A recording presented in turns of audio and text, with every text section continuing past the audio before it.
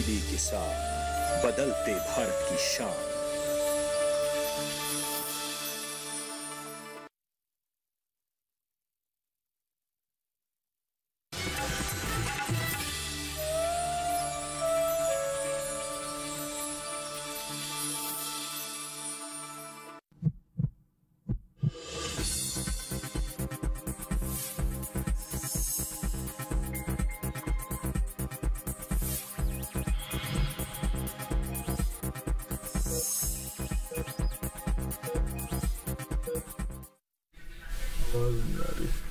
नमस्कार, स्वागत है आप सभी का स्वस्थ किसान कार्यक्रम में। मैं हूं आपके साथ आदित्य शर्मा। दोस्तों, हम सभी चाहते हैं कि हमारा बच्चा सेहतमंद जिंदगी जिए और इसके लिए हम सभी कोशिश भी करते हैं, अपने दुलार और प्यार से उसे बड़ा करते हैं और छोटी छोटी हरकतों पर ध्यान नहीं देते। आपको बता दें कि बच्चे के विकास के दौरान उसकी छोटी छोटी हरकतों में भी बड़ी बीमारियां छिपी हो सकती हैं। जी हां, आज हम जानेंगे एक ऐसे ही विकार के बारे में जिसके लक्षण 3-4 साल की उम्र तक ही प्रकट होते हैं और जीवन पर्यंत बने रहते हैं। इसे ऑटिज्म यानी स्वलीनता कहते हैं। इसे मस्तिष्क विकार भी कह सकते हैं। बता दें कि ऑटिज्म विकार से पीड़ित बच्चे नजर नहीं मिलाते, उन्हें संचार करने में परेशानी होती है, वे मुस्कुराते नहीं हैं और मित्र बनाने में भी रुचि नहीं रखते, ज्यादातर अपने आप में ही रहना पसंद करते हैं। कहना चाहिए कि वे लोगों को वस्तुओं की तरह देखते हैं, यहाँ तक कि वे अपने माता पिता द्वारा गले लगाने और प्यार की भावनाओं को भी समझ नहीं पाते, क्योंकि उन्हें पता ही नहीं होता कि ये क्या है। ऐसी बहुत सारे लक्षण हैं जिसके परिवार में ये बीमारी है, उन्हें तो की पीड़ा मालूम है, लेकिन बहुत सारे ऐसे भी लोग हैं जो इसे भाग्य का हिस्सा मानकर छोड़ देते हैं। इसलिए जरूरी है कि शुरुआती दौर में ही इसे पहचान लिया जाए। ऑटिज्म क्या है, ये किस तरह का मनोरोग है, किस तरह से ये बच्चों के मस्तिष्क के विकास को प्रभावित करता है, इसके लक्षण और उपचार जैसी तमाम बातों को आज के कार्यक्रम में हम समझने की कोशिश करेंगे। विषय क्या है बता देते हैं आपको। आज के कार्यक्रम का विषय है बच्चों के मस्तिष्क के विकास में बाधा डालने वाला विकार, कारण, लक्षण और उपचार। जी हां, यही हमारा आज का विषय है। ऑटिज्म पर आज हम चर्चा करने वाले हैं। हमारे 1 घंटे तक हम इसी पर चर्चा करेंगे। बता दें आपको, यदि आपके बच्चे को कोई न्यूरोलॉजिकल प्रॉब्लम है, आप किसी के बारे में कुछ जानना चाहते हैं, कोई समस्या आ रही है, अगर आपको लग रहा है कि कोई समस्या है लेकिन पुष्टि नहीं है, तो ये सब सवाल आप पूछ सकते हैं हमसे। फोन कीजिए हमें, हमारे टोल फ्री नंबर है 1800-113060 और 1800-113061 हमारे टोल फ्री नंबर है। इस पर आप कॉल करेंगे, कोई पैसा नहीं लगेगा आपका। और साथ ही आपको बता दें, आपकी समस्याओं के समाधान आप तक पहुंचाने के लिए हमारे साथ स्टूडियो में मौजूद हैं देश के 2 बड़े विशेषज्ञ। आइए परिचय करवाएं। यहाँ पे प्रोफेसर शेफाली गुलाटी, आप अखिल भारतीय आयुर्विज्ञान संस्थान यानी एम्स दिल्ली में चीफ चाइल्ड न्यूरोलॉजिस्ट हैं और आपसे आज हम बच्चों के मस्तिष्क के विकास में बाधा डालने वाले विकार पर काफी चर्चा करने वाले हैं। आपने इस दिशा में काफी काम भी किया है। आपसे समझेंगे कि क्या व्यवहार मैनेजमेंट और विशेष शिक्षा से ऑटिज्म को संभाला जा सकता है। हमारे दूसरे विशेषज्ञ उपस्थित हैं एम्स के मनोरोग विभाग के प्रोफेसर डॉक्टर राजेश सागर। आपसे हम समझेंगे कि माता पिता की इस बीमारी में क्या भूमिका होनी चाहिए। आप दोनों का बहुत बहुत स्वागत करना चाहूंगी मैं कार्यक्रम स्वस्थ किसान में। तो आज हम विस्तार से चर्चा करने वाले हैं यहाँ पर ऑटिज्म के बारे में, किस तरह से इसके लक्षणों की पहचान कर सकते हैं, माता पिता का क्या रोल यहाँ पर हो सकता है, तमाम पहलुओं पर आज चर्चा होगी। लेकिन उससे पहले दिखाते हैं आपको हमारी एक विशेष रिपोर्ट।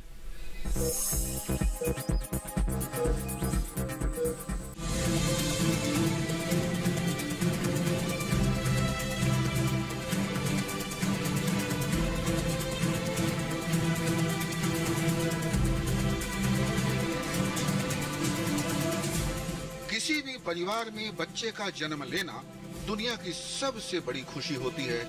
मासूम बच्चे की प्यारी सी मुस्कान और तुतलाती जुबान में सिमट जाती है पूरी दुनिया जहान, जब मासूम की हर हरकत आपका दिल मोह लेती है ना। बच्चे के प्यार में हम कुछ इस कदर खो जाते हैं कि उसकी छोटी छोटी हरकतें भी हमें प्यारी लगने लगती है, इसलिए तो हम उसे नजरअंदाज भी करते रहते हैं। लेकिन कुछ हरकतें ऐसी भी होती है जो न्यूरो डेवलपमेंट की श्रेणी में आती है। ऐसी ही एक बीमारी है ऑटिज्म की।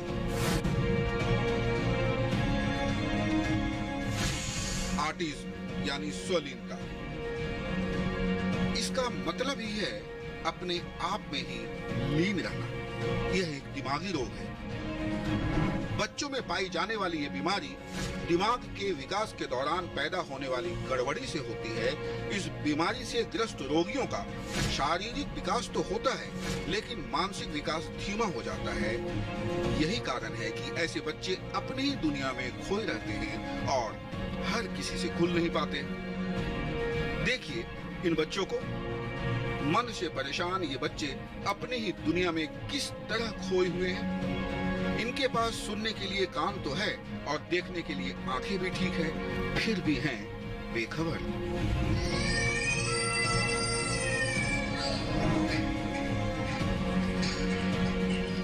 स्वलीनता एक तंत्रिका संबंधी बीमारी है जो मस्तिष्क के सामान्य विकास को बाधित करती है। इसमें संचार, सामाजिक गतिविधियां और व्यवहार पर असर पड़ता है। इसके लक्षण अलग अलग बच्चों में अलग अलग हो सकते हैं और उम्र बढ़ने के साथ उनमें बदलाव भी हो सकते हैं। ऑटिज्म की बीमारी से पीड़ित बच्चा एक ही काम को बार बार दोहराता है, खुद में खोया खोया सा रहता है। वह किसी भी बात का जवाब नहीं देता या फिर सुनकर अनसुना कर देता है। हेलो हेलो, आंखों में आंखें डालकर बात करने से घबराता है। देखिए इस बच्ची को। पापा कहाँ है? पापा कहाँ है? मम्मी कहाँ है? मम्मी कहाँ है? अपना नाम नहीं बताकर शब्दशः वही दोहरा रही है जो इससे पूछा जा रहा है। क्या नाम है बेटा? क्या नाम है? क्या नाम है बेटा? मेरा नाम क्या है? ऑटिस्टिक बच्चे सामाजिक गतिविधियों के प्रति उदासीन होते हैं, लोगों की ओर न देखते हैं न मुस्कुराते हैं और अपना नाम पुकारे जाने पर भी सामान्यतः कोई प्रतिक्रिया नहीं करते। ऐसे बच्चे आसानी से नाराज हो जाते हैं। वे कोई काल्पनिक खेल नहीं खेल पाते, बल्कि खिलौनों को सूंघने या चाटने लग जाते हैं। वह बोलते बोलते अचानक ही बोलना बंद कर देते हैं और अजीब अजीब आवाजें निकालना शुरू कर देते हैं। यदि वजहों की बात करें तो दिमाग के रसायनों में असमानता, गर्भ में बच्चे का सही विकास न हो पाना और कई बार आनुवांशिकता भी इस बीमारी की वजह बन जाती है। विशेषज्ञों के अनुसार ऑटिज्म के 95% कारण दिमागी संरचना में गड़बड़ी नहीं, बल्कि हमारे शरीर के अंदरूनी रसायनों में असंतुलन का होना है। बता दें कि जिन बच्चों में ये रोग होता है उसका विकास दूसरे बच्चों की तुलना में असामान्य होता है। इस रोग से पीड़ित बच्चों का विकास तुलनात्मक रूप से धीरे होता है। साधारण बच्चा जब 6 माह का होता है तब से ही वह अपनी माँ को पहचानने लगता है, उसके हाव भावों के प्रति प्रतिक्रिया दर्शाता है, लेकिन ऑटिस्टिक बच्चा ऐसा नहीं कर पाता। सामान्य बच्चे बोले गए शब्दों को सुनकर धीरे धीरे बोलना सीख जाते हैं, परंतु ऑटिस्टिक बच्चे या तो बोल नहीं पाते या अजीब अजीब आवाजें निकालने लगते हैं। सामान्य बच्चे पारिवारिक लोगों से मिलने पर मुस्कुराते हैं, पर ऑटिस्टिक बच्चे न तो कोई प्रतिक्रिया देते हैं और न ही किसी के आने या जाने से परेशान होते हैं। ये अपनी ही दिक्कतों के प्रति कोई क्रिया नहीं करते और उससे बचने की कोशिश भी नहीं करते। कभी कभी इन बच्चों में हाइपर एक्टिविटी भी दिखाई देती है।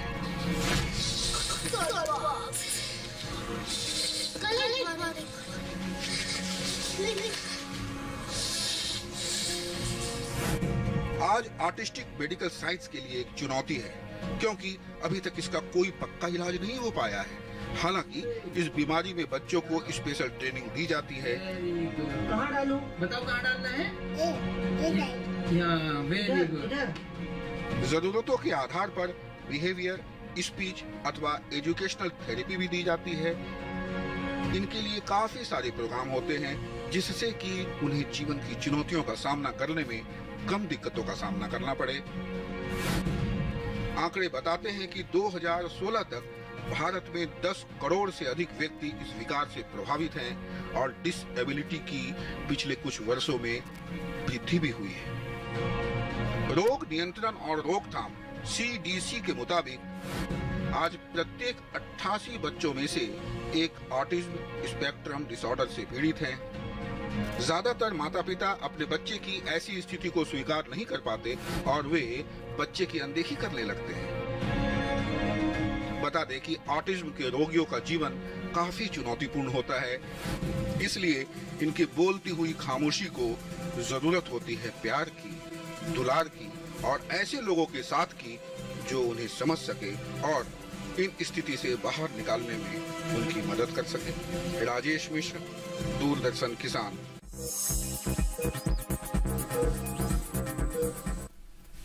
एक मार्मिक और ज्ञानवर्धक रिपोर्ट उस चुनौतीपूर्ण जीवन की जिसे जरूरत है खामोशी से बाहर निकालने की।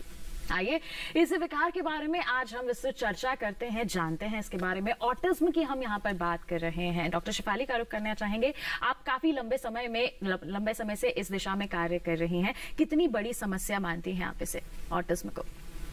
ऑटिज्म स्पेक्ट्रम डिसऑर्डर अभी बहुत इम्पोर्टेंट प्रॉब्लम है क्योंकि इसका प्रेवलेंस बढ़ता जा रहा है। 2011 की जो स्टडी थी उसके हिसाब से हर 89th बच्चा 1 in 89 बच्चे को ऑटिज्म स्पेक्ट्रम डिसऑर्डर था, और अभी जो यूएस के आंकड़े बता रहे हैं वो 1 in 44 है पिछले साल के हिसाब से। और पिछले कुछ सालों में, पिछले 21 साल से जो ऑटिज्म क्लिनिक में हम देख रहे हैं पेशेंट्स का जो नंबर है वो बढ़ता जा रहा है। जी। ये सिर्फ जागरूकता की वजह से नहीं है, एक्चुअली प्रेवलेंस इसका बढ़ रहा है। जी, लगातार हम कह सकते हैं कि आंकड़े बढ़ रहे हैं, ये बच्चों में ज्यादा पाया जा रहा है। क्यों होता है डॉक्टर राजेश, क्या कहना चाहेंगे, क्यों ऑटिज्म के शिकार हो जाते हैं बच्चे?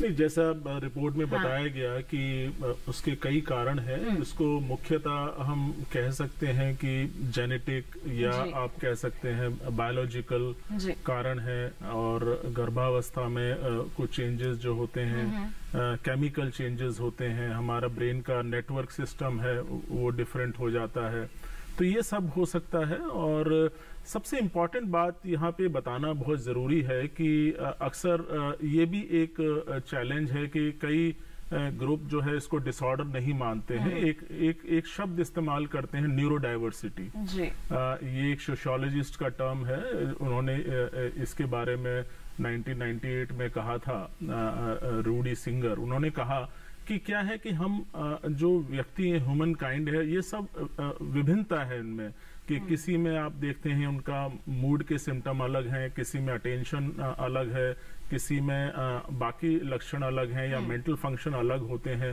तो ये कहा गया है कि उनको डिसऑर्डर ना मान के आप उनको एक वेरिएशन माने, एक तरह की डाइवर्सिटी माने। तो हालांकि ये बहुत इम्पोर्टेंट विषय है इस पर चर्चा करने का। तो और उसी का जहाँ तक ये विभिन्न है, इसीलिए उसके कारण भी हैं, ज्यादातर बायोलॉजिकल या जेनेटिक कारण है, या साइकोसोशल कारण है, एनवायरमेंटल कारण है, या कुछ इलनेसेस हैं, मेडिकल प्रॉब्लम है जो कि उस तरह के सिम्टम्स देती हैं, जैसे फ्रेजाइल एक्स सिंड्रोम या बाकी जो मेडिकल कंडीशन है। तो ये सब मिलाकर इसका कारण हो सकता है। बिल्कुल, तो कई तरह के कारण यहाँ पर हैं कि जिस वजह से हो सकता है। वर्तमान स्थिति की बात करें तो डॉक्टर शिफाली क्या कहना चाहेंगे? जैसे आपने कहा कि यहाँ पर आंकड़े बढ़ते जा रहे हैं, तो क्या कहेंगे इस पर?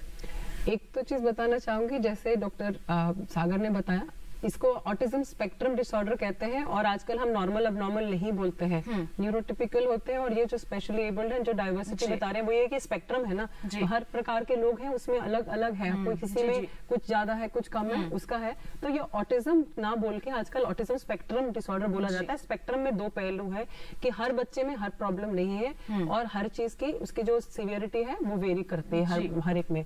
तो ये है कि इसका जो कि इसके जो कारण आपको जैसे बताया डॉक्टर सागर ने कि अभी भी स्टिल ये एनिग्मा है, एक पहेली है, क्योंकि कुछ अनुवांशिक कारण है, कुछ एनवायरमेंटल कारण है, और कुछ एनवायरमेंटल जो अनुवांशिक वालों को अफेक्ट करते हैं, एपिजेनेटिक वैसे। तो बहुत सारा अभी अनुसंधान जारी है, पर ये देखा गया है कि अभी जो ऑटिज्म है वो हम फर्स्ट ईयर ऑफ लाइफ में भी सस्पेक्ट कर सकते हैं कि किसी को ऑटिज्म के लक्षण हो सकते हैं। जी, अगर 6 महीने का बच्चा है, अगर उसको नाम से बुलाते हैं, वो रिस्पॉन्ड नहीं देता है, और उसकी सुनवाई सही है, और वो देख सही रहा है, और वो हमेशा मोस्ट ऑफ द टाइम कर रहा है ऐसा अधिकतर समय, तो वो भी एक चिंता का विषय हो सकता है। बिल्कुल, तो यहाँ पर पहचान करना जो है माता पिता का दायित्व हो जाता है कि वो इस सबके लिए सचेत रहे। बिल्कुल, और क्या कर सकते हैं माता पिता, क्या भूमिका रह सकती है उनकी, जानेंगे। लेकिन आज के पहले कॉलर हमारे साथ जुड़ गए हैं, उनका सवाल हम जान लेते हैं। नंद स्वरूप मिश्रा जी हमारे साथ जुड़ गए हैं उत्तर प्रदेश बाराबंकी से। हेलो, नमस्ते मैडम, मेरा नाम मिश्रा, बाराबंकी में गाँव मेरा बसौली पड़ता है। मैं जानना चाहता हूँ जो बच्चों में मानसिक विकार में बाधाएं आती हैं, इसलिए जो हमारा पर्यावरण दूषित है, जल दूषित, खान-पान दूषित है, इसका कितना बड़ा इसमें प्रभाव डालता है? जो मानसिक आप कह रहे हैं समस्याएं आती हैं, उसमें खान-पान कितना असर डालता है, इसके बारे में आप जानना चाहेंगे। डॉक्टर सागर क्या कहेंगे आप? देखिए, इसको समझना जरूरी है कि जहां तक खान पान के बारे में ये कहा जाता है कि अपना बैलेंस डाइट हो, जिसमें हर प्रकार की चीजें हों, और ऐसा कोई विशेष चीज नहीं है कि उसकी वजह से ऐसा होता है। हम अक्सर एलोपैथी में यही कहा जाता है कि अपना एक बैलेंस डाइट, न्यूट्रिशियस डाइट वो रहनी चाहिए। और इसके अलावा हालांकि ट्रीटमेंट में कहते हैं कि ग्लूटेन फ्री डाइट और वो सब एक तरह का ट्रीटमेंट में कहा जाता है, बहुत सारी इस पे चर्चा भी होती है, बट ये एक प्रकार का एविडेंस बेस्ड नहीं है, ये जरूर बताना चाहेंगे। और बहुत सारी इसमें धारणाएं भी हैं, बहुत सारे मिथ्स भी हैं, लेकिन अपना बैलेंस डाइट, और ये ना सोचें कि ये खाने की वजह से ऐसा हुआ है। हालांकि कुछ जैसे दवाइयाँ, जैसे मदर प्रेगनेंसी के दौरान जैसे कुछ दवाई लेते हैं, एपिलेप्सी की दवा, तो उस वक्त इसके कुछ ज्यादा लक्षण देखे गए हैं, बट वो सब एक शोध में है, रिसर्च में, बट वो सब दवाइयों की बात है। खान पान से हम कह सकते हैं कि इतना कोई बड़ा प्रभाव यहाँ पर नहीं होता है। संतुलित आहार लीजिए, बहुत अच्छा रहेगा आपके लिए। बढ़ते हैं आगे। उत्तर प्रदेश शामली से हमारे साथ। एक सेकंड, खाने का नहीं है, बिल्कुल सही, लेकिन अगर पेस्टिसाइड्स है जो हमारे खाने के अंदर जो बनाते हैं, उसमें अगर पेस्टिसाइड्स हैं, उसके टॉक्सिन से भी एसोसिएटेड ऑटिज्म का रिस्क पाया गया है। तो वो सफाई वगैरह अच्छी तरह से, जो जब संतुलित आहार तो ले रहे हैं, लेकिन साफ सफाई का आपको ध्यान रखना है। जैसे आप कुछ भी सेवन कर रहे हैं उससे पहले धो लें, ये काफी अच्छा। और इन्वायरमेंटल पोल्यूशन भी है, उससे भी बहुत सारा रिलेशन है। और विटामिन डी, जिंक डेफिशिएंसी से भी दिखा गया, तो इसलिए संतुलित आहार में तो वो आ ही जाएगा। बिल्कुल, तो आपको ध्यान रखना है इस बात का। कॉलर जुड़े हुए हैं शामली उत्तर प्रदेश से, रामकिशन सैनी जी, जान लेते हैं उनका क्या सवाल है। हेलो। हाँ मैडम जी, नमस्कार, स्वागत आपका कार्यक्रम में। हाँ, 9 साल का हो गया। आपका बेटा है 9 साल का हो गया है? हाँ, तो और वो फिजिकली डेवलपमेंट उसका नॉर्मल है सब कुछ जी। अब वो बोलता नहीं, विभिन्न तरह की आवाज निकालता है। अब इनसे कुछ सलाह, थेरेपी भी हम कंटिन्यू करा रहे थे, अब 2 साल का ही था वो। जी, 2 साल से आप थेरेपी भी यहाँ पर करा रहे और होम्योपैथिक की दवाई दिलवा रहे फिलहाल। बिल्कुल, डॉक्टर शिफाली क्या कहेंगे? जो आप जैसे कह रहे हैं उसके लक्षण से तो ये लगता है कि उसको पॉसिबली ऑटिज्म स्पेक्ट्रम डिसऑर्डर, आप कह रहे हो 2 साल का ऑटिज्म है। हाँ, तो इसमें ऑल इंडिया में दिखाया मैडम हमने। हाँ, वो इसमें, हाँ मैं बता रही हूँ। तो उसके अंदर क्या है कि जो आपको बेसिकली जो आपको इंटरवेंशन बताते हैं ना, जो बिहेवियर इंटरवेंशन बताते हैं, जो applied behavioural analysis, structure teaching, sensory integration को मिला के सारा कुछ आपको जो बता रहे हैं वहाँ पे, जो भी थेरेपी के लिए बताते हैं वो आप कराते रहिए। और अगर कोई पर्टिकुलर प्रॉब्लम ज्यादा होती है, ज्यादा गुस्सा आ रहा है या तोड़फोड़ करता है या हाइपर एक्टिव होता है या नींद आने में प्रॉब्लम होती है, जब सुलाते हैं तब सिचुएशन में डॉक्टर से सलाह करके वो दवाई देनी है। तो जहाँ आप दिखा रहे हो, आप एम्स में दिखा रहे हैं, तो आप दिखाते रहिए। हम दोनों एम्स से ही हैं, तो जहाँ पे भी दिखा रहे हैं दिखाते रहिए, वो 3-3 महीने पे कम से कम, ताकि उसके हिसाब से वो थेरेपी को गाइड करते रहेंगे। ये इम्पोर्टेंट है। और अभी स्कूल में भी डालना है उसको, वो तो हिसाब से उसके सारा कुछ देख के कि उसका मानसिक विकास कितना है और बाकी क्या एसोसिएटेड और प्रॉब्लम्स है, उसके हिसाब से आपको गाइड कर सकते हैं बच्चे को देख के कि आगे उसका क्या हो सकता है। क्योंकि स्कूल में डाल के कितना सिखा सकते हैं, जब अगर वो स्कूल में चलता है तो ठीक है, नहीं तो ओपन स्कूल में, नहीं तो वोकेशनल ट्रेनिंग, मतलब उसको अपने कुछ काबिलियत तो लानी है। जी बिल्कुल, कुछ तो स्किल्स यहाँ पर करनी ही है। इसके लिए हम ट्रेनिंग की आप सलाह ले सकते हैं, लेकिन डॉक्टर के पास आप जाते रहिए, थेरेपीज कंटिन्यू करके रखिए। बिल्कुल, बढ़ते हैं आगे। नई दिल्ली से सुमन जो हमारे साथ फोन लाइन पर हैं, जानते हैं उनका क्या सवाल है। हेलो। नमस्कार, स्वागत आपका कार्यक्रम में, पूछिए अपना सवाल। नमस्ते मैम, मैं जानना चाहती थी, ऑटिस्टिक बच्चे होते हैं ना, कई बार ये बहुत आक्रामक हो जाते हैं और मतलब इनको एक जिद सी सवार हो जाती है, तो हम किस तरह इनका व्यवहार नियंत्रित करें? बिल्कुल, डॉक्टर सागर क्या कहेंगे? ये बहुत सही कहा आपने, बहुत सही सुमन जी का, बड़ा अच्छा सवाल है। और इससे हम बाकी श्रोताओं को भी बताएंगे जो उनके बच्चों में ऑटिज्म के लक्षण है। देखिए, इसमें जो देखा गया है कि बिहेवियर के सिम्टम, जैसे शुरू की फिल्म में भी बताया, बिहेवियर के सिम्टम कभी कभी बहुत सीवियर हो जाते हैं और उसमें एक तरह का गुस्सा, इरिटेबिलिटी और इस तरह के लक्षण हो सकते हैं। और कभी कभी जिसको हम कहते हैं ADHD का मतलब है पुअर अटेंशन, हाइपर एक्टिविटी, एक तरह के और जैसे चीजों को फेंक देना या इम्पल्सिव होना, तो ये सारे लक्षण हो सकते हैं। और उस स्थिति में देखिए, ये हम बताना बहुत जरूरी है कि इसमें आप बच्चे को दोष नहीं दे सकते। क्या होता है कि जो जैसे अभी बताया सेंसरी इंटीग्रेशन थेरेपी, उसका मतलब ये है कि उसको सेंसरी परसेप्शन में प्रॉब्लम होती है। कभी कभी जब सेंसरी ओवरलोड हो जाता है तो बच्चा उसी प्रकार से रिएक्ट करता है। तो हमें ये नहीं सोचना कि बच्चा एग्रेसिव हो गया है या बहुत ज्यादा, कि हो सकता है एनवायरनमेंट में ऐसी कोई चीज हो गई हो उसकी वजह से ऐसा हो गया है। तो और या एनवायरनमेंट, क्योंकि कुछ जो इस तरह के बच्चे हैं वो एक प्रकार का रूटीन चाहते हैं, एक प्रकार की चीज चाहते हैं, तो अगर उसमें बदलाव हो जाए तो वो इस तरह का बिहेवियर करते हैं। तो मैं फिर बताने की ये कोशिश कर रहा हूं कि अगर बच्चा अगर कोई एग्रेसिव हो जाता है तो आप परेशान ना, हो सकता है एनवायरनमेंट में ऐसी चीज हो। मैं एक उदाहरण देता हूं। उदाहरण, हमारा जब क्लिनिक होता है तो मैं अमूमन एक जगह पे मैं बैठकर अपने सारे बच्चे या पेरेंट्स से बात करता था। एक दिन क्या हुआ, मैं अपनी दूसरी जगह पे बैठा था तो कोई बच्चा इतना परेशान हो गया कि वो मुझसे मिलने को राजी नहीं हुआ, इतना एग्रेसिव हो गया, बहुत ज्यादा परेशान हो गया। तो कहने का मतलब है कि कुछ एनवायरनमेंट में चेंज की वजह से बच्चे ऐसे हो सकते हैं, लेकिन बताना ये जरूरी, अगर ऐसा है तो घबराइए नहीं, परेशान नहीं होइए। अगर जरूरत पड़े तो उसमें बिहेवियरल थेरेपी होती है, पूरा इसमें टेक्निक्स हैं जिसकी चर्चा कर सकते हैं। और दूसरा, अगर लगे जरूरत तो फिर दवा भी दी जा सकती है।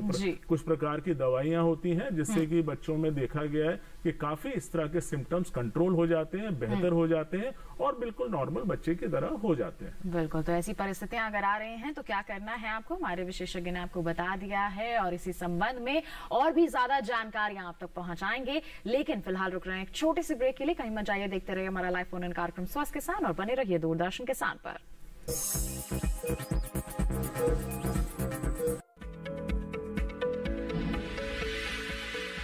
खुशहाल होंगे खेत, पशु रहेंगे स्वस्थ, सरकारी स्कीम का होगा लाभ, जब एक्सपर्ट्स का मिलेगा साथ, आपके सवाल विशेषज्ञों के जवाब, सिर्फ एक फोन कॉल की दूरी पर।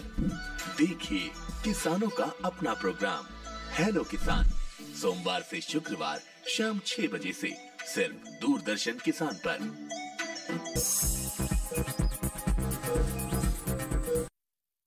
ब्रेक के बाद दूरदर्शन किसान के लाइव फोन इन कार्यक्रम स्वास्थ्य किसान में आप सभी का फिर से स्वागत है। आज हम बात कर रहे हैं यहाँ पर ऑटिज्म के बारे में। आपके पास कोई सवाल है, बेझिझक आप हमसे पूछ सकते हैं। हमारे टोल फ्री नंबर स्क्रीन पर फ्लैश किए जा रहे हैं, इन पर आपको कॉल करना है और जैसे ही कॉल कनेक्ट होगा आपके सवाल हम जानेंगे, विशेषज्ञ आप तक उनके जवाब जरूर पहुंचाएंगे। इस वक्त भी बिहार से अविनाश जी हमारे साथ फोन लाइन पर जुड़े हुए हैं, जान लेते हैं क्या है उनका सवाल। हेलो जी, good evening ma'am. Good evening, आप अपना सवाल पूछिए। जी, मेरा सवाल ये है, क्या जो हमारे पास जो पेशेंट है उनको वर्ष 2007 में ग्लैंड टीबी हो गया था जी। मेरे पास जो पेशेंट है, मेरे घर में जो पेशेंट है उनको वर्ष ग्लैंड टीबी हो गया। और ग्लैंड टीबी है ना, सही से क्या समस्या? मतलब मस्तिष्क से संबंधित ही समस्या बता रहा हूँ। मतलब ग्लैंड टीबी नेक में हो गया था। हाँ। और मतलब उससे पहले खूब बेहतर थे और ग्लैंड टीबी होने के बाद उनका दवा स्टार्ट होने के बाद मतलब मस्तिष्क जाम जैसा स्थितियाँ रहने लगा और बिल्कुल मतलब मस्तिष्क में सुस्ती जैसा होने लगा। तो उम्र क्या है, उम्र कितनी है जो आप पेशेंट की बात कर रहे हैं? अभी तो फिलहाल 23 ईयर्स है। तो मैं ये कहना चाहता हूँ कि ग्लैंड टीबी के हो रहा है कारण, क्योंकि ग्लैंड टीबी होने के बाद से ऐसा प्रॉब्लम। जी, क्या कहेंगे डॉक्टर शेफाली? ब्रेन टीबी के होने के बाद कुछ ब्रेन के एरियाज में डैमेज होता है जिसकी वजह से कुछ दिमाग में समझ में कमी आ सकती है, पर उससे ये ऑटिज्म का रिलेशन नहीं है। पर कुछ व्यवहार की का प्रॉब्लम भी हो सकते हैं, क्योंकि जिस एरिया में डैमेज है उसका हिसाब से अगर है तो कभी कभी किसी को चलने में प्रॉब्लम हो सकती है, कोई एक साइड का लकवा हो सकता है, दौरे आ सकते हैं और कुछ व्यवहार की प्रॉब्लम हो सकती है, पर ये ऑटिज्म स्पेक्ट्रम डिसऑर्डर नहीं है। जी, तो ये ऑटिज्म के लक्षण यहाँ पर नहीं है, लेकिन ऐसी समस्या हो सकती है। बिल्कुल, बढ़ते हैं आगे और एक ईमेल भी हमारे पास आ गई है अभी जिसे मैं कार्यक्रम में शामिल करना चाहूंगी। जलगांव महाराष्ट्र से ईमेल भेजी है हमें डॉक्टर कुमावत नेगी ने। इन्होंने लिखा है कि मैं कुछ दिन पहले एक सेमिनार में गया था जहां ऑटिज्म के बारे में बताया जा रहा था। जो बच्चे ऑटिज्म से पीड़ित होते हैं वो किसी वस्तु में रुचि नहीं रखते। मेरा बेटा भी कुछ ऐसा ही है, लेकिन वो अच्छी तरह से बोल पाता है। क्या मैं मान सकता हूँ उसे भी ऑटिज्म हो सकता है? डॉक्टर शेफाली क्या कहेंगे? ऑटिज्म का मतलब ये नहीं है कि वो बोल नहीं पाएगा, बिल्कुल। ऑटिज्म जो है उसमें कुछ लोग बहुत अच्छी तरह से बोल पाते हैं, वो बहुत कम प्रतिशत होते हैं। कुछ लोग थोड़ा कम बोल पाते हैं और कुछ बच्चे बिल्कुल भी नहीं बोल पाते हैं। और कई बार ये बच्चे क्या होते हैं कि कुछ मीनिंगफुल वर्ड, मतलब अपनी चीजें बोलने के लिए नहीं बोल पाते हैं, लेकिन नर्सरी राइम पूरी बोल देंगे या गाने पूरे गा देंगे। तो अब उस हिसाब से देखना है कि अगर वो बच्चा क्या कर रहा है उसमें, और उसमें क्या होता है फिजिकली उनको ज्यादा कोई प्रॉब्लम नहीं होती है, सारी प्रॉब्लम इसी चीज में होती है कि उसका सामाजिक भाग में प्रॉब्लम होती है। अब इंटरेक्ट नहीं करना चाहेगा, अकेला रहना चाहेगा, हाइपर एक्टिव हो सकता है, यू नो। और लेकिन कई बार होता है इसमें ये भी देखना है कि उसको कोई पर्टिकुलर चीजों में कोई रुचि ऐसे स्पेसिफिक ही ना हो। जनरली इनको कोई स्पिनिंग ऑब्जेक्ट को पसंद है या ट्रक का पहिया पसंद है, तो ये सब देखना पड़ेगा कि ज्यादा कोई ज्यादा लाइकिंग ना हो किसी चीज के लिए। अगर है तो वो ऑटिज्म का लक्षण हो सकता है। और दूसरी बात, अब मैं हाथ हिला रही हूँ पर वाइल टॉकिंग, बात करते हुए, अगर बिना बात करते हुए हाथ हिलाऊं या पंजों पे चलूं या यू नो कोई भी हाथ शेक करते रहूं, अपनी बॉडी को शेक करूं, या कोई साबुन को स्मेल भी कर लेते हैं कि बच्चे, आसपास साउंड नहीं है ज्यादा लेकिन फिर भी कान पे हाथ लगा देंगे बिकॉज उनको सेंसरी इश्यूज रहते हैं ना। तो ये सारी चीजें अगर साथ में है। और एक और चीज है कि किसी भी बच्चे में, टिपिकली डेवलपिंग बच्चे में भी कभी आप उसको बुलाओ तो अगर वो पैम्पर्ड बच्चा है तो वो कई बार नहीं सुनेगा बात। जो मोस्टली जो हम लक्षण की बात कर रहे हैं वो जब बच्चे में अगर ऑटिज्म है तो वो अधिकतर समय रहते हैं जी। इक्का दुक्का कभी ओकेजनली कभी बार आई कांटेक्ट की जो बात हो रही है, जब किसी को मूड नहीं है तो वो नहीं करेगा, लेकिन ऑटिज्म के बच्चे मोस्ट ऑफ द टाइम नहीं करते हैं। बिल्कुल। तो पर हर बच्चे में हर चीज भी नहीं होती, हर बच्चे में हर जो लक्षण है वो अलग यहाँ पर होता है। तो इसके लिए आप एक बार डॉक्टर को जांच जरूर करवा लीजिए। बढ़ते हैं आगे। दिल्ली से दीपा जी फोन लाइन पर जुड़ी हुई है हमारे साथ। हेलो हेलो, नमस्कार, स्वागत आपका कार्यक्रम में। पूछिए अपना सवाल। मेरे बच्चे को जैसे आपकी आवाज हम स्पष्ट रूप से नहीं सुन पा रहे हैं दीपा जी, अपना सवाल दोहरा दीजिए। मैम जैसे मेरे बच्चे की रिकॉग्निशन तो बहुत अच्छी है जी, पहचान किसी चीज को, किसी इंसान को, किसी की फूड आइटम, फल सब्जी को बहुत अच्छे से पहचान है, सब याद भी रहती है उसको सालों तक जी। बट उसके एकेडमिक्स में बहुत प्रॉब्लम है। 15 तक हो गया है, काउंटिंग जैसे अभी तक भी काउंटिंग प्लस माइनस तो छोटे छोटे प्लस माइनस भी नहीं कर पाता है। हिंदी में राम ये सब कुछ पढ़ भी नहीं पाता इनफैक्ट। जी डॉक्टर सागर क्या कहेंगे आप ऐसे में? देखिए दीपा जी ने बड़ा अच्छा सवाल पूछा है और ये बताना जरूरी है कि जैसे बताया जो हमने सुना कि एक तो रिकॉग्निशन अच्छी है, बहुत अच्छी बात है, लेकिन पढ़ाई में प्रॉब्लम है, पढ़ने में प्रॉब्लम है या लिखने में प्रॉब्लम है, तो ये कहना उचित नहीं होगा कि ऑटिज्म है या नहीं, क्योंकि ऑटिज्म के लक्षण ये नहीं है, क्योंकि लेकिन ये लर्निंग डिसऑर्डर हो सकता है। देखिए लर्निंग डिसऑर्डर अगर थोड़ा सा मैं वक्त लूं तो लर्निंग डिसऑर्डर भी एक प्रकार की प्रॉब्लम होती है जहां पे बच्चे की इंटेलिजेंस बिल्कुल ठीक होती है, लेकिन बच्चे में पढ़ने में दिक्कत हो सकती है या लिखने में दिक्कत हो सकती है या उसको जो है मैथमेटिक्स में दिक्कत हो सकती है, तो बट इंटेलिजेंस ठीक रहती है। तो हमें लगता है, आप बता रहे हैं कि पढ़ने में उसको प्रॉब्लम है, वैसे रिकॉग्निशन ठीक है, तो हो सकता है लर्निंग की प्रॉब्लम हो, और इसीलिए आपको बात करनी चाहिए उनके टीचर से और बाकी टीचर से, स्कूल में आप बात कीजिए, और अगर लगता है कि प्रॉब्लम ज्यादा है तो जरूर आप कंसल्ट करिए किसी भी हॉस्पिटल में, डिपार्टमेंट में जाके अपनी प्रॉब्लम बताइए। और इसके कुछ टेस्ट होते हैं जो बातचीत के जरिए ही किए जाते हैं। कोई ऐसा ब्रेन स्कैन या ब्रेन ऐसे की जरूरत नहीं है, आप उससे घबराइए नहीं, बट सिंपल बातचीत के जरिए ही इसका डायग्नोसिस या इसका पहचान हो सकती है। बिल्कुल। तो दीपा जी आपको क्या करना है, हमारे डॉक्टर ने आपको बता दिया है। इसी के साथ बढ़ते हैं आगे। एक मेल हमारे पास आ गया है उत्तर प्रदेश से। रानी जी ने मेल लिखा है और लिखती हैं कि मेरी उम्र 28 साल है और मैं प्रेग्नेंट हूँ, क्या गर्भावस्था के दौरान शिशु को ऑटिज्म हो सकता है? क्या कहेंगी डॉक्टर शिफाली आप?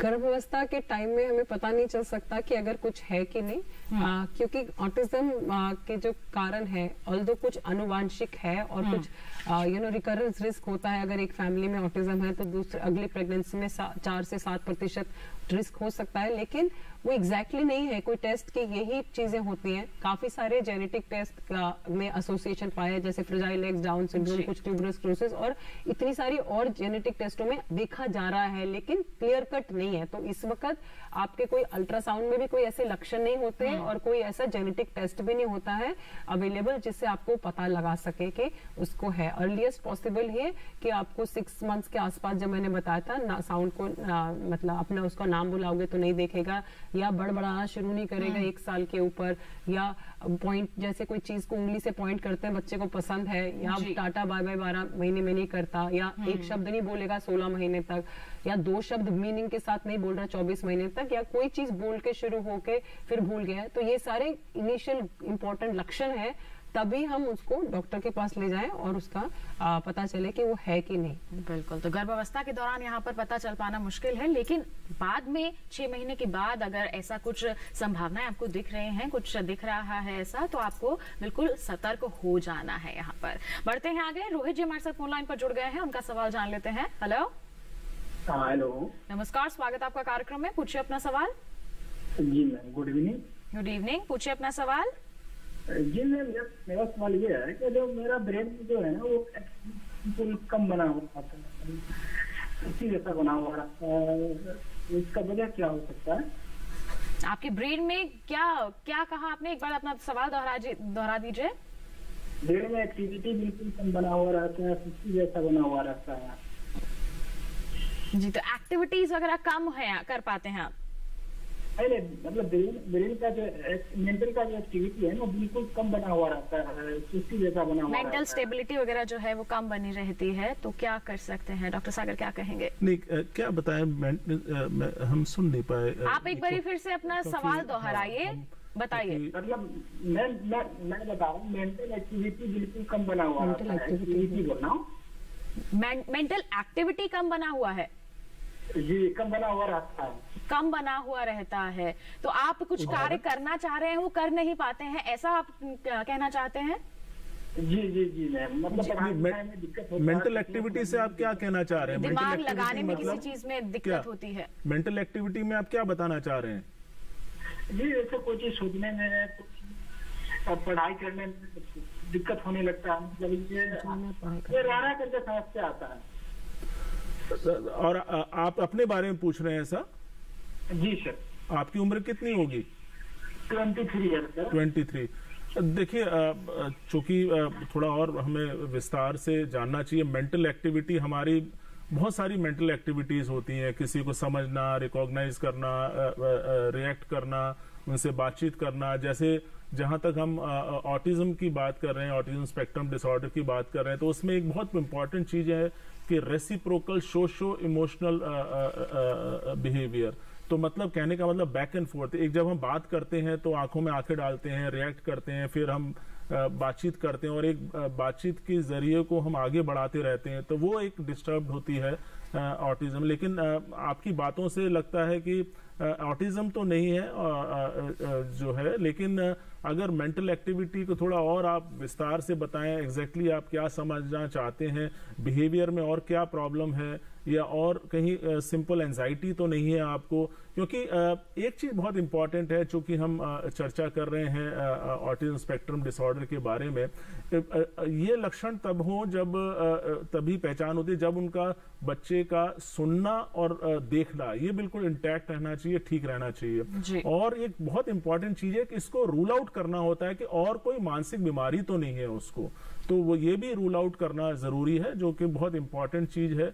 अक्सर उसमें गलती हो जाती है, तो कहीं क्योंकि इसके जो लक्षण है बाकी बीमारी जैसे भी कभी कभी लग सकते हैं, सिंपल उसको इंटेलेक्चुअल डिसेबिलिटी हो सकता है, तो ये भी समझना जरूरी है। तो लेकिन जहां तक, क्योंकि हम इसलिए बता रहे हैं कि मेंटल एक्टिविटी की आपने बात की, क्योंकि ये बड़ा ब्रॉड है, सोचने की शक्ति और एग्जैक्टली आपकी, क्योंकि आपको ऐसा नहीं लगता है कि ऐसे कोई सोचने का या आपकी मेमोरी में कोई प्रॉब्लम हो, लेकिन इसके बारे में ज़रूरी है कि आप डिस्कस कीजिएगा और थोड़ा विस्तार से अपनी बातचीत को बताइए तो उस पर आगे और असेसमेंट हो सकते हैं और इसके बारे में डिस्कस कर सकते हैं। जी, तो आप नजदीकी किसी भी चिकित्सक के पास यहाँ पर जा सकते हैं। डॉक्टर का आप यहाँ पर संपर्क कीजिए, बातचीत कीजिए, अपनी समस्या को विस्तार से बताइए, उसके बाद ही समझकर संभावित इलाज आपको बताया जा सकेगा। बढ़ते हैं आगे। लखनऊ उत्तर प्रदेश से मोनिका जी हमारे साथ फोन लाइन पर हैं। हेलो हेलो, नमस्कार, स्वागत आपका कार्यक्रम में। पूछिए अपना सवाल। मेरा बेटा 7 इयर्स का है जी, उसकी थेरेपी भी चली है जी 4 साल से, लेकिन उसका पढ़ाई में कभी मन लगता है कभी नहीं लगता। जी, तो पढ़ाई में मन कभी लगता है कभी नहीं लगता है, लेकिन थेरेपीज आप 4 साल से करवा रही हैं। हाँ जी, डॉक्टर शिफाली क्या कहेंगे, कुछ पूछना चाहेंगे आप इनसे? हाँ, अभी किस क्लास में पढ़ रहे हैं? ये केजी में है। केजी में है, ठीक है। इसको ऐसा है कि ना इनका ना एक रूटीन बनाना चाहिए, है ना, उसके हिसाब से इसको जो इनका पूरा से रूटीन बना हो सुबह से शाम तक, तो उनके लिए बेटर रहता है। तो आप उसका रूटीन बनाइए और उसका टाइम टेबल दीवार पे एक जगह पे लगाइए, ताकि उनको पता है सुबह से शाम तक क्या करना है। और जो आपको जो थेरेपीज बताते हैं उसको पूरे डेली शेड्यूल में आप डालेंगे, और जो भी आप इसको पढ़ाना है, केजी में तो ज्यादा नहीं, बस जो भी पढ़ाना है और जो भी चीजें आपको एक्सरसाइज वगैरह बताते हैं, एक्टिविटीज बताते हैं कि कोई सॉर्टिंग वाली या कुछ इसके अंदर अटेंशन कॉन्सेंट्रेशन बनाने वाली, वो सब आप कराइए और साथ बैठ के करिए। आपको साथ बैठना पड़ेगा। अगर आप एक्सपेक्ट करते हैं कि आप उसको बोल देंगे और वो कर रहा है, तो फिर ऐसा नहीं होगा। तो उसको आपको देखना है। और अगर कोई चीज आसपास, जब आप एक चीज करा रहे हो, तो आसपास उसके एनवायरनमेंट में और भी कोई चीज उसको डिस्ट्रैक्ट करने वाली नहीं होनी चाहिए, कि उसकी कोई रुचिजनक कोई चीज साथ में किसी ने टीवी लगा दिया और फिर आप बोल रहे हो कि आप अटेंशन लगा रहे हो। तो हमारे को देखना पड़ता है कि उसके साथ एक तो बैठना पड़ेगा और साथ में एनवायरनमेंट में और कोई डिस्ट्रैक्टिंग वाली चीजें नहीं होंगी। बिल्कुल, तो क्या करना है आपको मोनिका जी, हमारे विशेषज्ञ ने आपको बता दिया है। इसी के साथ बढ़ते हैं आगे। और डॉक्टर शिफाली ने थोड़ी देर पहले बताया था कि इसके लक्षण क्या होते हैं। माँ बाप का दायित्व क्या हो जाता है कि उनको पहचान करनी है। ऐसे में आप यहाँ से हमारे कार्यक्रम के माध्यम से माता पिता को क्या संदेश देना चाहेंगे, या फिर क्या जागरूक करने के लिए बताना चाहेंगे कि उन्हें क्या करना चाहिए जिससे जल्द से जल्द पहचान हो सके? लक्षणों के बारे में हम लोग बात कर चुके हैं, और ये भी ये आपको बताया कि ये जो टिपिकली डेवलपिंग बच्चे हैं उसमें कभी कभी ये दिख सकते हैं, लेकिन अगर ये मोस्ट ऑफ द टाइम, अधिकतर टाइम पे रहे, तो हमें उनको इग्नोर नहीं करना चाहिए। हमारे को डॉक्टर को इमीडिएटली दिखाना चाहिए। कई बार जो हमने देखा है कि डिले क्यों हो जाता है, क्योंकि जो दादा दादी नाना नानी होते हैं वो बोलते हैं कि माँ बाप भी थोड़े शाई थे, वो बोलना देर से शुरू किया था, तो इसलिए बच्चे भी हो जाएंगे, थोड़ी देर घुल मिल जाएंगे। पर जो भी आपको लक्षण बताए उसमें अगर अधिकतर टाइम हो तो आप डॉक्टर के पास जाएंगे। और इसके लिए कोई भी एक स्पेसिफिक कोई ऐसे हाई फ्लाई कोई टेस्ट नहीं है, कोई ब्लड टेस्ट नहीं है, कोई MRI EG नहीं है जिसके वजह से डायग्नोसिस होता है। उसके लिए डायग्नोस्टिक टूल्स हैं जिस हिसाब से डॉक्टर आपसे सवाल करते हैं उसके बेसिस पे, और उसको बच्चे को देखते हैं, उसी से डायग्नोसिस बनता है। तो सिंपल क्लिनिकल डायग्नोसिस होता है। तो उसके लिए आपको डॉक्टर के पास ही जाना है और कोई हाई फैंसी टेस्ट नहीं करने। बिल्कुल, तो यहाँ पर आपको देखिए बिल्कुल जागरूक हो जाना है। अगर आपको कुछ भी ऐसी समस्या नजर आ रही है तो आपको तुरंत डॉक्टर के पास जाना है। यहाँ पर इलाज करवा लीजिए, टेस्ट करवा लीजिए, पुष्टि होती है तो उसके बाद इलाज भी यहाँ पर हो जाएगा, आपका सही रहेगा, ये आपके बच्चे के लिए भी और आपके लिए भी। ऐसे में डॉक्टर सागर आपसे हम जानना चाहेंगे, कई लोग ऐसे भी होते हैं कि उन्हें पता है कि बच्चे को समस्या हो रही है, लेकिन डॉक्टर का रुख ना करके वो सोचते हैं कि हमारे भाग्य में लिखा था और उस पर ज्यादा ध्यान नहीं देते। ऐसे में क्या कहना चाहेंगे उन लोगों को? नहीं, ये सही बात है कि अक्सर क्या होता है कि बहुत सारे कारण की वजह से कभी कभी उसको इग्नोर कर देते हैं, या सिम्टम्स होते भी हैं तो डिनाई भी करते हैं। लेकिन यहाँ पर चूंकि पेरेंट्स की बात हो रही है, एक चीज जो बहुत इम्पोर्टेंट बताना चाहेंगे जो अक्सर जिक्र नहीं करते, जिसको हम कहते हैं केयर गिवर बर्डन।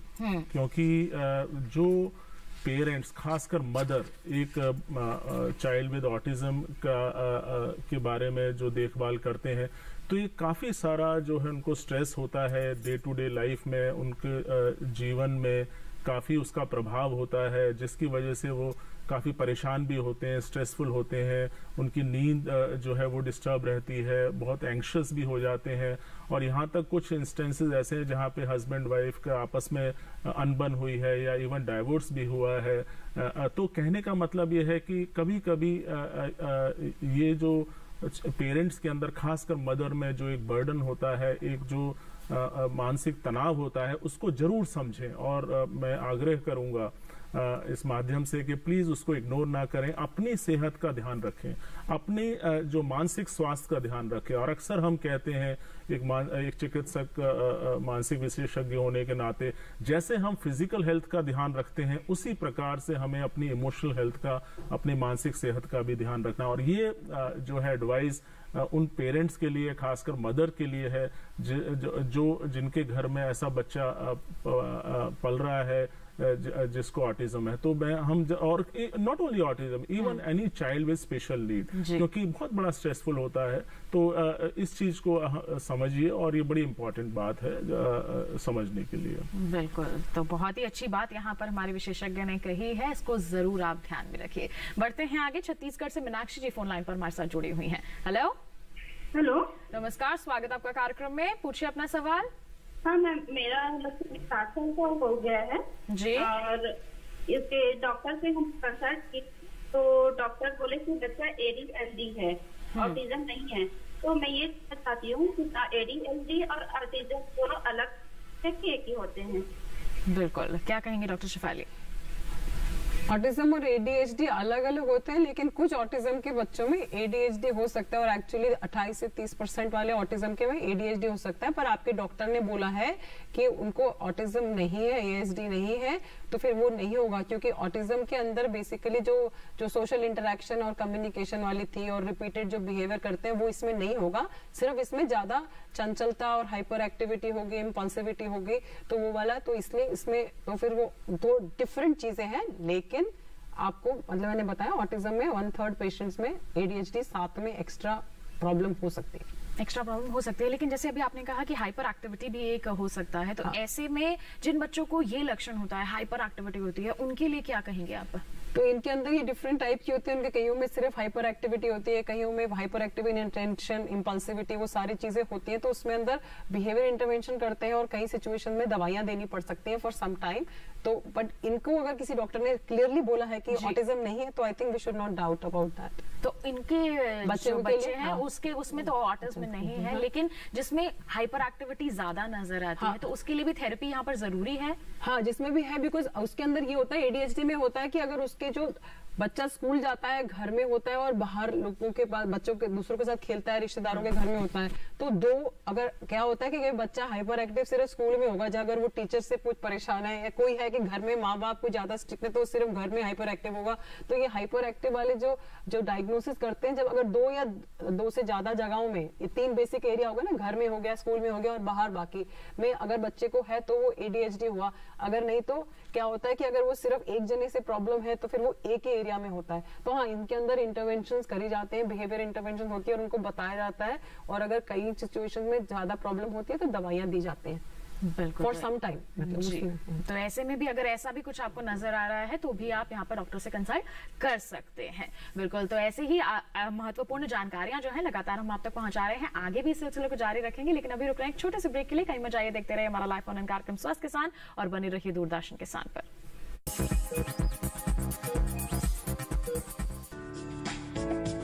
ये कामयाबी है अन्नदाता की, ये कहानी है खेत और खलिहानों की। कैसे करें अपने पशुओं की देखभाल, जानिए गांव-गांव के किसानों का हाल। देखिए गांव किसान, सोमवार से शुक्रवार दोपहर 12 बजे सिर्फ डीडी किसान पर। ब्रेक के बाद दूरदर्शन किसान के लाइव फोन इन कार्यक्रम स्वस्थ किसान में आप सभी का फिर से स्वागत है। आज हम चर्चा कर रहे हैं ऑटिज्म स्पेक्ट्रम डिसऑर्डर के बारे में। आपके पास कोई भी सवाल है, बेझिझक आप हमारे टोल फ्री नंबर पर कॉल कर सकते हैं, अपने सवाल हमसे पूछ सकते हैं, उनके जवाब आप तक पहुंचाएंगे। स्टूडियो में मौजूद हमारे 2 बड़े विशेषज्ञ लगातार हम यहाँ पर चर्चा कर रहे हैं कि क्या लक्षण हो सकते हैं, कैसे पहचान कर सकते हैं। तो ऐसे में अब मैं जानना चाहूंगी डॉक्टर शेफाली कि पता चल गया है कि ऑटिज्म है, उसके बाद की सावधानियां क्या हो? अगर हमें पता चल गया, पूरा हमें इवैल्यूएशन कराना चाहिए और हमें डॉक्टर के पास जाके पूरा देखना है कि एसोसिएटेड क्या प्रॉब्लम हो सकते हैं। अब क्योंकि 80% बच्चों में हमने देखा है, जो हमारे पास आ रहे हैं उसमें 80% बच्चों में कुछ और प्रॉब्लम साथ में होती है। वी हाइपर एक्टिविटी बिहेवियर की, स्लीप की, वो सब देख के फिर जो मेन स्टे ट्रीटमेंट होता है वो बिहेवियर ही होता है, बिहेवियर इंटरवेंशन में बच्चे की प्रॉब्लम्स को देख के, उसकी मानसिक समझ कितनी है वो देख के और सारे व्यवहार के क्या प्रॉब्लम्स है देख के उसके लिए इंडिविजुअलाइज प्लान बनाया जाता है, जिसको मैंने आपको बताया था वो अप्लाइड बिहेवियर एनालिसिस और सेंसरी इंटीग्रेशन, स्ट्रक्चर टीचिंग वगैरह के जो होते हैं उसके हिसाब से देख के इंडिविजुअलाइज करके बताते हैं। तो वो चीजें आपको पूरी दिन में उसके शेड्यूल में इनकॉर्पोरेट करनी होती है, वो हमारे हिसाब से नहीं बदलेंगे, हमारे को अलग से उनको अलग वे में पढ़ाना पड़ेगा। जैसे पहले बात कर चुके हैं, रूटीन बनानी है उसकी, रूटीन के लिए अगर आप उसके लिए उसका शेड्यूल बना के एक एक्टिविटी बोर्ड पे लगाएं तो वो ज्यादा कंफर्टेबल रहते हैं, दे अंडरस्टैंड बेटर। और उसको अगर उनको स्लोली उनको जो एक्टिविटीज कर रहे हैं और आपकी दिन में बात समझ रहे हैं, क्योंकि बेसिक प्रॉब्लम क्या रहती है छोटे बच्चे में, हमें कम्युनिकेशन देना है। पेरेंट्स कई बार बोलते हैं कि बच्चा कब बोलेगा, तो बात हुई है कि कई बच्चे तो ठीक बोलते हैं, कहीं कम बोलते हैं, कहीं बिल्कुल नहीं बोलते। तो बेसिकली अगर छोटे बच्चे में हम चेज सिर्फ बोली पे ना करके कम्युनिकेशन पे करें, मतलब जो हम बोलना चाहते हैं उनको वो इंस्ट्रक्शन समझे और उसकी बात हम समझे, तो उसके ऊपर वर्क करना है ताकि वो हमारी बात समझे। और जब हम उसको इंस्ट्रक्शन दे रहे हैं तो उसके बाद हमें उसको पॉजिटिव रीइंफोर्समेंट मिलता है, जब वो अप्रिशिएट करें जब कोई वो अच्छी चीज कर रहे हैं, and that is how we have to move ahead. बिल्कुल, तो इस तरह की बातों को ध्यान में रखते हुए आप आगे बढ़ सकते हैं, हम भी आगे बढ़ते हैं। ग्वालियर से राजू जी फोन लाइन पर जुड़ गए हमारे साथ, तो आइए उनका सवाल जान लेते हैं। हेलो, नमस्कार, स्वागत है आपका कार्यक्रम में, पूछिए अपना सवाल। मैम निवेदन ये है कि हमारा बच्चा है 12-13 साल का, तो वो मैम मतलब क्या है, एक तो लिखने में बहुत स्लो है, दूसरा मैम वो क्या है किसी भी चीज को पढ़ लेता है, पढ़ने के बाद फिर वो भूल जाता है। जी, तो ये समस्या आ रही है पढ़ने लिखने की, आप कह रहे हैं कि यहाँ पर समस्या आ रही है, याद कम रहता है उन्हें। बिल्कुल, डॉक्टर सागर क्या कहेंगे? देखिए, ये बड़ी कॉमन समस्या, जैसे हम अपनी क्लिनिक में देखते हैं, जो हमारी चाइल्ड एडोलेसेंट साइकियाट्री क्लिनिक होती है, तो उसमें इस तरह की जो सिम्टम्स हैं, 2 तरह के सिम्टम बड़े कॉमन होते हैं। एक तो जो एकेडमिक रिलेटेड है, पढ़ाई में जो बच्चा कमजोर होता है या पढ़ाई से रिलेटेड जब रेफर होता है, दूसरा जो बिहेवियर की प्रॉब्लम हो। तो जैसे बताया कि अगर पढ़ाई से संबंधित, जैसे बताया लिखने में दिक्कत है, अब देखिए लिखने में दिक्कत है तो उसमें जो इम्पोर्टेंट बात यह है, अगर ये शुरू से ऐसा है जैसा अभी तो उम्र 12 साल की है, जैसे राजू जी ने बताया कि अगर शुरू तो हो सकता है कि इनको इंटेलेक्चुअल डिसेबिलिटी हो, इनको आईक्यू का टेस्ट करना हो, या इनके बाकी अडेप्टिव फंक्शंस कैसे हैं, इनकी कम्युनिकेशन, बाकी चीजों में, रोजमर्रा में, तो वो देखना होगा क्या है, तो उनका वो टेस्ट हो सकता है, बुद्धि की जांच जिसे कहते हैं, आईक्यू टेस्ट जिसे कहते हैं, और जिसका 70 से कम होता है उसको हम इंटेलेक्चुअल डिसेबिलिटी बोलते हैं। और लेकिन अगर ये नॉर्मल मतलब 70 से ज्यादा है तो ठीक है, ये इंटेलिजेंस ठीक है, तो अगर फिर भी इनको लिखने में प्रॉब्लम है, तो जैसे मैंने चर्चा की पहले कि उनको हो सकता है स्पेसिफिक लर्निंग डिसऑर्डर हो, और जिसमें लिखने में दिक्कत होती है या पढ़ाई में दिक्कत हो सकती है, कोई भी चीज रीड करने में या मैथमेटिक्स में, तो वो भी एक समस्या हो सकती है। लेकिन ये हम मान रहे हैं कि शुरू से है, डेवलपमेंटल है। अगर ये रीसेंट ओरिजिन है, कहने का मतलब है जस्ट अभी कुछ दिन पहले हुआ है और हाल फिलहाल में हुआ है, तो हो सकता है इसको इमोशनल प्रॉब्लम हो सकता है कि इसके स्कूल में कोई प्रॉब्लम है, या स्कूल में कोई बुली कर रहा है, या कोई तंग कर रहा है, या किसी चीज से परेशान है, कोई ऐसी चीज जो उसको परेशान कर रही है, तो एनीथिंग जो कि रीसेंट ऑनसेट है या रीसेंट, तो हो सकता है उसको इमोशनल सिम्टम्स हो, एंजाइटी हो या डिप्रेशन हो, जो 12 साल में भी हो सकता है। तो ये सब चीजें ओवरऑल असेसमेंट के जरिए ही पता लगेगा। और लेकिन घबराएं ना, चिंता ना करें, क्योंकि इसका असेसमेंट हो सकता है और पूरा समाधान भी हो सकता है। और अगर आसपास आप ये सिम्टम्स बने हुए हैं तो जरूर डॉक्टर से संपर्क करें, और वो एक स्पेशलिस्ट के जरिए आपको पूरा इसका इलाज पूरी तरह से हो सकता है। बिल्कुल, तो हमारे विशेषज्ञ ने आपको विस्तार से बता दिया है कि क्या संभावनाएं यहाँ पर हो सकती हैं और आगे आपको क्या करना है। हम बढ़ते हैं आगे। डॉक्टर शिफाली, आपसे जानना चाहेंगे, ऑटिज्म की हम जब बात कर रहे हैं तो ये बाय बर्थ ही होता है या फिर बाद में भी आगे चलकर हो सकता है, क्या ऐसी संभावना भी होती है?